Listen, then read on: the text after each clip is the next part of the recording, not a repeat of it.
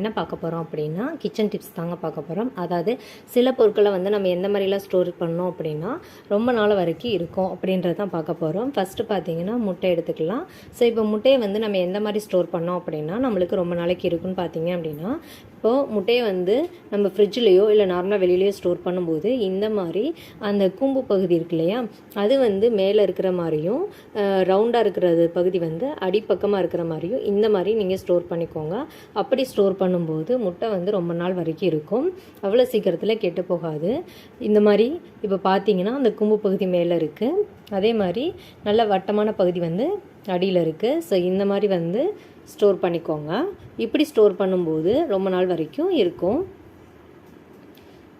Second tips பார்த்தீங்க அப்படின்னா, நம்ம தேங்காய் எப்படி ஸ்டோர் பண்ணணும் அப்படின்னா, தேங்காய் வந்து நம்ம இந்த மாதிரி கூம்பு பகுதி இருக்கு இல்லையா, ஸோ அதை வந்து மேல் நோக்கி வைக்கணும். ஸோ இப்போ பார்த்தீங்கன்னா இந்த மாதிரி நம்ம ஸ்டோர் பண்ணக்கூடாது, அதே மாதிரி கவுத்தியும் ஸ்டோர் பண்ணக்கூடாது.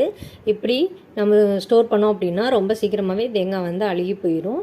ஸோ ரொம்ப நாளைக்கு தேங்காய் வந்து நம்மளுக்கு வரணும் அப்படின்னா இந்த மாதிரி நிறைய காய் இருக்கும்போது நீங்கள் இந்த மாதிரி ஸ்டோர் பண்ணிக்கிட்டீங்க அப்படின்னா தேங்காய் வந்து அவ்வளோ சீக்கிரத்தில் அழுகி போகாது, ரொம்பவே நல்லாயிருக்கும்.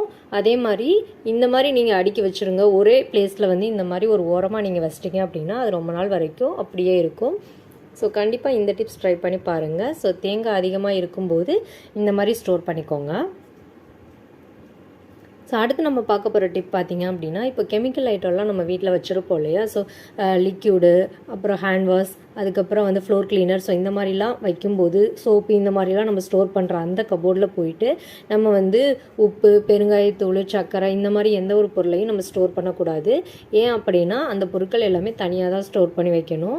இந்த மாதிரி எக்ஸ்ட்ரா நம்ம வாங்குகிற பொருட்கள் எல்லாம் ஒரு கபோர்டில் ஸ்டோர் பண்ணுவோம், அந்த மாதிரி நம்ம வைக்கும்போது இப்படி நம்ம வைக்கக்கூடாது. ஸோ இந்த மாதிரி தான் வைக்கணும். ஸோ கண்டிப்பாக இந்த டிப்ஸ் வந்து எல்லாமே யூஸ்ஃபுல்லாக இருக்கும்னு நினைக்கிறேன். ஸோ அப்போ சேனலை மறக்காமல் சப்ஸ்கிரைப் பண்ணிவிட்டு அப்படியே பக்கத்தில் இருக்க அந்த பெல் பட்டனை கிளிக் பண்ணிக்கோங்க. தேங்க்யூ. தேங்க்ஸ் ஃபார் வாட்சிங்.